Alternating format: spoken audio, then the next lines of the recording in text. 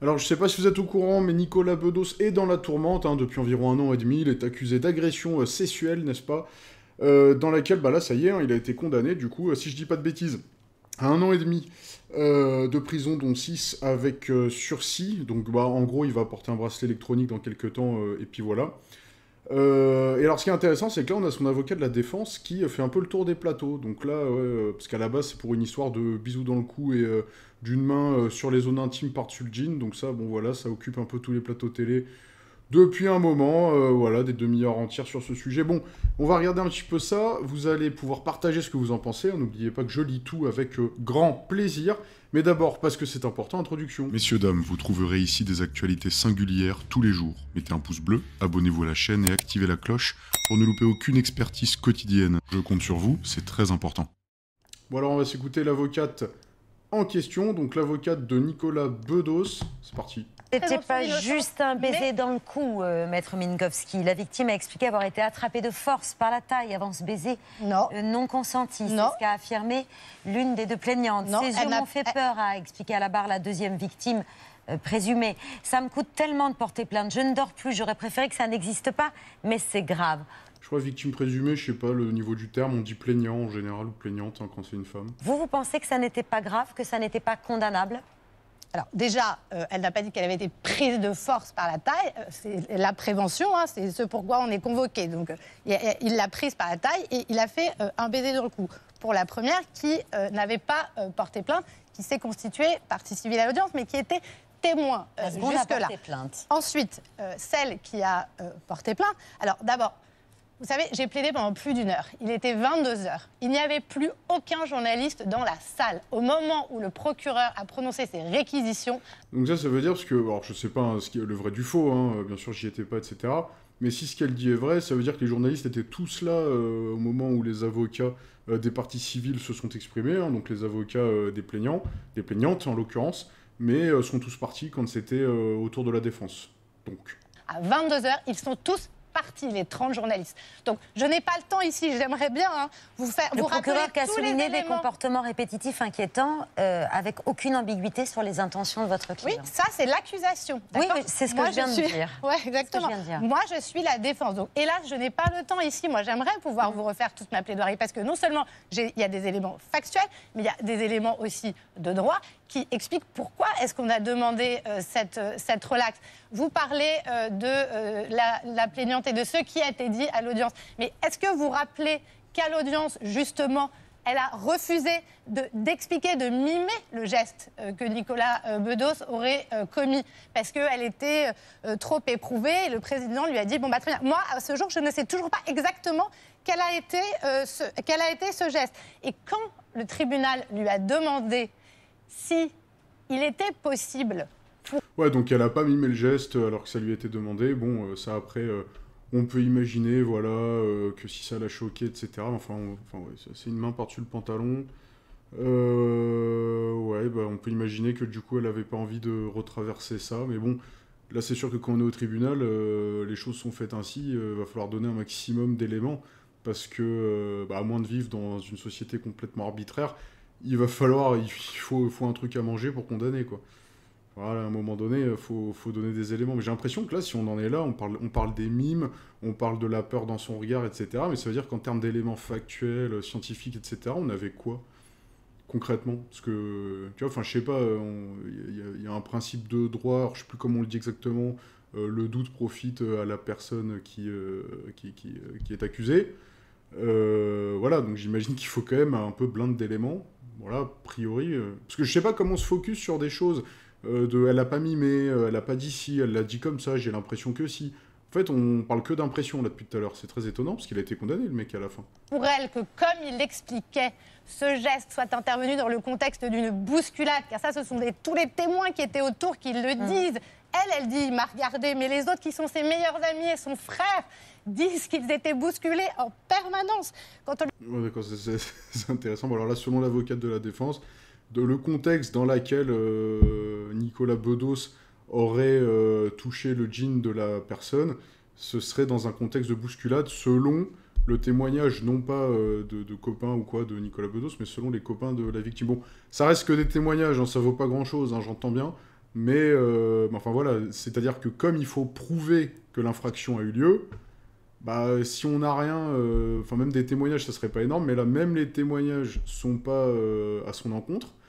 Et enfin, ça a l'air léger leur truc. Je lui ai demandé est-ce que c'est possible qu'il y ait eu une bousculade et qu'il n'ait pas commis ce geste intentionnellement.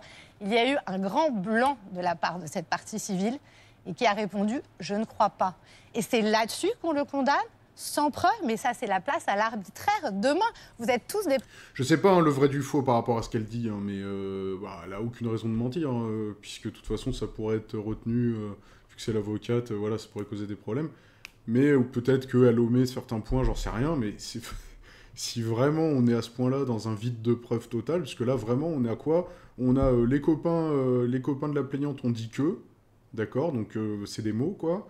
L'impression du regard, ok, et elle a pas voulu mimer, ok. On n'a rien d'autre, genre pas un truc factuel, genre j'en sais rien, qu'est-ce qu'on pourrait avoir factuel de là-dedans? C'est-à-dire qu'en même temps, les actions qui ont été faites doivent pas laisser beaucoup de signes, mais voilà, enfin c'est... Bah, tu te dis, normalement, il y a un principe hein, de base, c'est il faut quand même blinde d'éléments pour pouvoir prouver que quelque chose s'est passé. Tu vois, je sais pas, demain tu tues quelqu'un, ne le faites pas, c'est très mal. Demain tu tues quelqu'un, normalement tu vas à minima laisser des traces, ne serait-ce que, je sais pas, une balle, du sang, j'en sais rien, quelque chose, tu vois. Il va y avoir une empreinte, si tu veux, de l'action qui s'est passée. Ça veut pas dire qu'on va réussir à tout démontrer, ou peut-être qu'on va se tromper aussi, qu'on peut aussi condamner à tort, parce que tu as eu de l'ADN sur place, en fait t'avais rien fait, ou j'en sais rien, enfin peu importe. Mais il y a des traces. Condamner sans traces ou signes probants, scientifiques, réels, concrets, factuels, matériels, c'est compliqué quand même. Enfin, si on en arrive là, la société est étonnante quand même. Personnes qui sont connues sur ce plateau, est-ce que parce que vous êtes connus, on ne va plus appliquer ce principe depuis toujours, que le doute profite à l'accusé? Alors là, pareil, je suis désolé, j'interromps tout le temps, mais le but c'est aussi que je commente, hein, sinon ça veut dire que je reprends uniquement un contenu.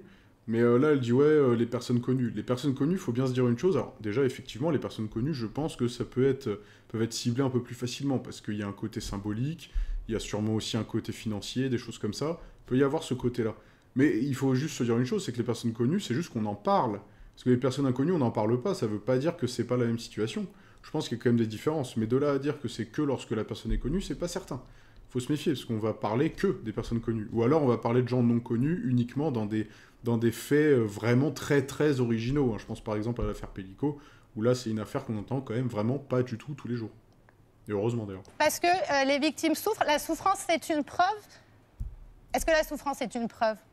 Bah, je ne suis pas ni avocate ni procureur. Non, mais là, je pose la question en tant que citoyenne et que journaliste. Ah, ça peut être un élément à charge, en tout cas la souffrance, le préjudice moral, le préjudice psychologique, bien sûr.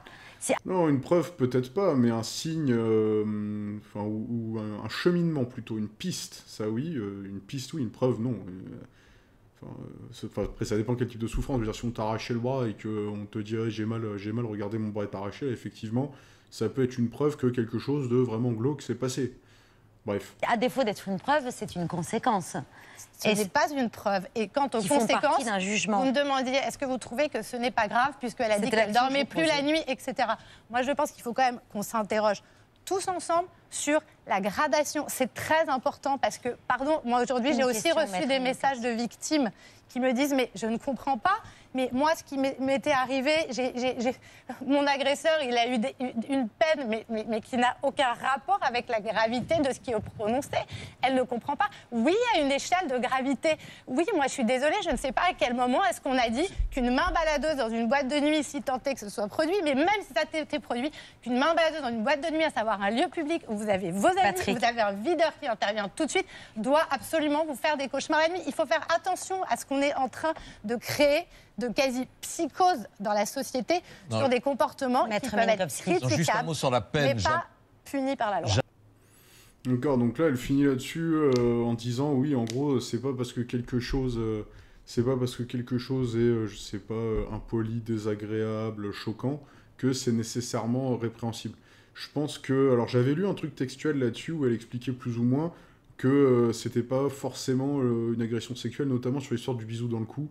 Bon, effectivement, le bisou dans le cou, agression sexuelle, bon, on peut se poser des questions quand même.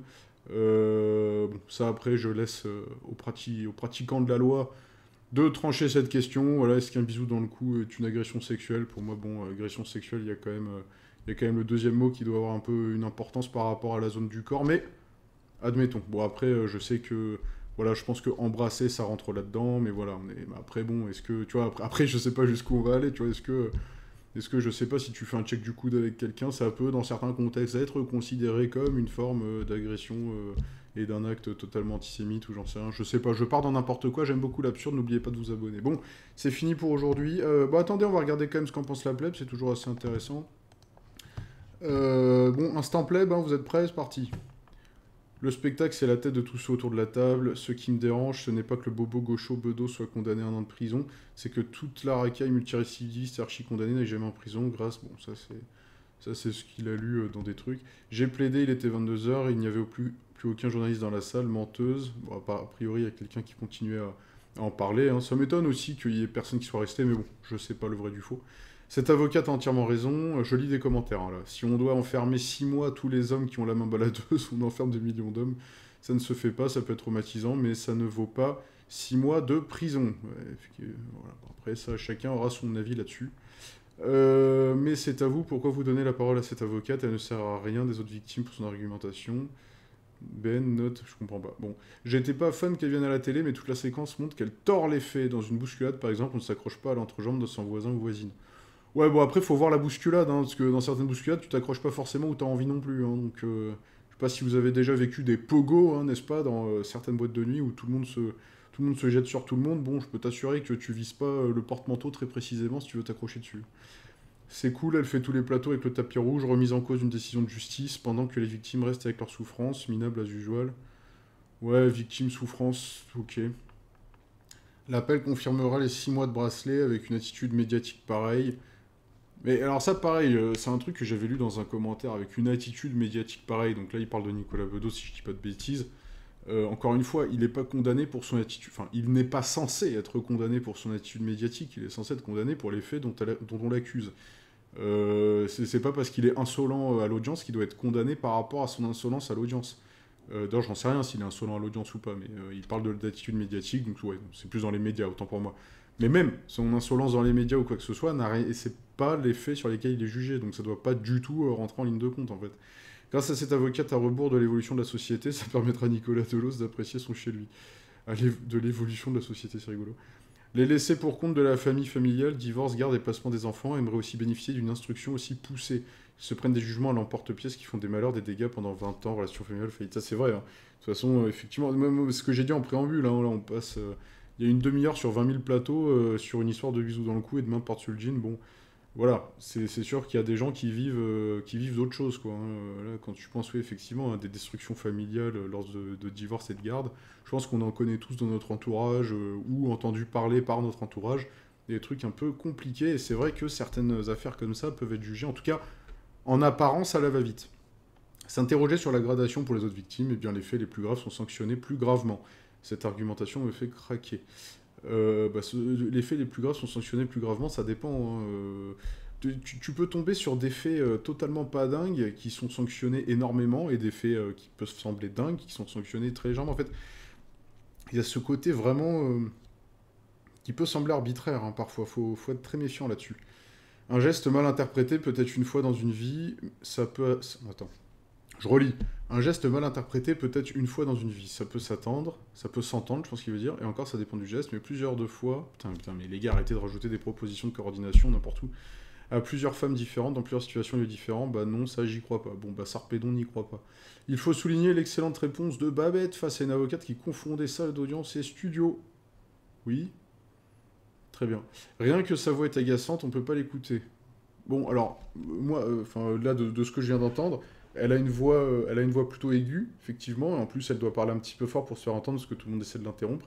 Cela dit, dans son phrasé, dans ses arguments et dans sa capacité à être un peu seule contre tous, parce qu'elle fait beaucoup de plateaux de télé où tout le monde lui donne la contradiction, elle est assez forte hein, au niveau de son phrasé, au niveau de sa rhétorique, au niveau des arguments qu'elle présente. Au contraire, ça a l'air d'être une sacrée bosseuse.